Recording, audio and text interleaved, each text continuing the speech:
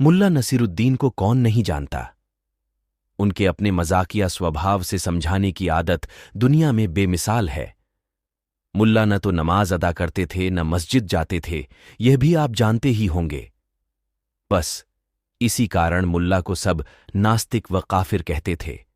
एक दिन उनके मोहल्ले वालों ने सोचा कि मुल्ला को मस्जिद जाने व नमाज पढ़ने हेतु समझाया जाए। मोहल्ले में नास्तिक का होना अच्छा नहीं, सो सबने मिलकर मुल्ला को समझाया। मुल्ला ने सबकी बात बड़े ध्यान से सुनी, फिर कहा, देखो भाई, मैं मस्जिद तो नहीं जा सकता हूं, पर हां, तुम लोग इतना फोर्स कर रहे हो तो मैं अल्लाह को दिन में एक बार याद जरूर कर लूंगा, लेकिन करूंगा अपने वक्त पर तथा अपने तरीके से। सबने सोचा, ठीक है, न करने से तो अच्छा ही है। उधर मुल्ला ने तो रात के 12 बजे घर की छत पर जाकर चिल्लाना शुरू कर दिया, सुन अल्लाह, मुझे 100 दीनार भिजवा दे, उसके बगैर तेरा छुटकारा नहीं। जब तक तू 100 दीनार नहीं भिजवाता, मैं ऐसे ही रोज रात को नमाज पढ़ता रहूंगा, और ध्यान रखना कि पूरे 100 लूंगा, एक भी कम नहीं लूंगा। बस इतना चिल्लाकर वह सो गया। फिर तो यह सिलसिला रोज का हो गया। रोज रात को वह छत पर जाए और तेज आवाज से बात दोहराए। बात वही कि 100 दीनार भिजवा, जब तक तू नहीं भिजवाता तब तक रोज ऐसे ही नमाज पढ़ता रहूंगा।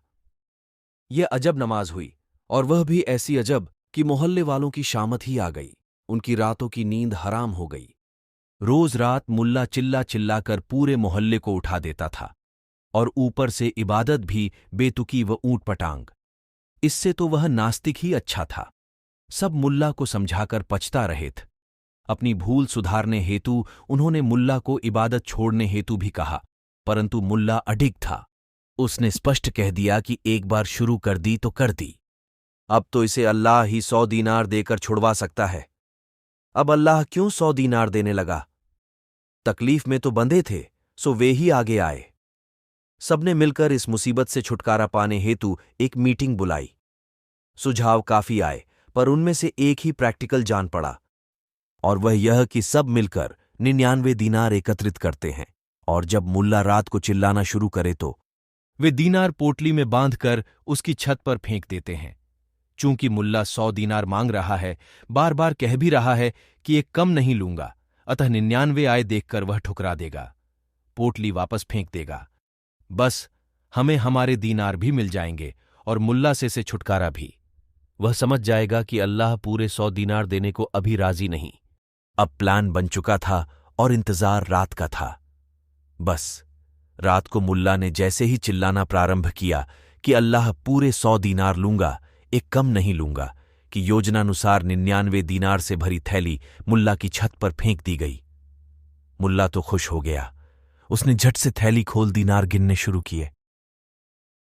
लेकिन ये क्या, ये तो 99 है। उसने 2-3 बार और गिने, पर थे 99 ही। खैर, कोई बात नहीं। उसने दीनार फिर थैली में भरे और थैली हवा में उठाता हुआ बोला, वाह रे अल्लाह, तू भी प्रोफेशनल हो गया है। एक दीनार थैली का काट ही लिया। इतना कहते कहते उसने थैली जाकर आलमारी में रख दी और सो गया। उधर मोहल्ले वालों को तो समझ में ही नहीं आया, ये तो दीनार ही चले गए। बेचारे सब रात भर जागे। सुबह सुबह सीधे सबने मिलकर मुल्ला के घर दस्तक दी। जब 100 मांगे थे तो 99 क्यों रखे, उसका सबब भी जानना चाहा। मुल्ला ने हंसते हुए कहा, इतनी सी बात से इतना टेंशन में क्यों आ जाते हो? तुम लोगों के लिए यह बात नई कहाँ है?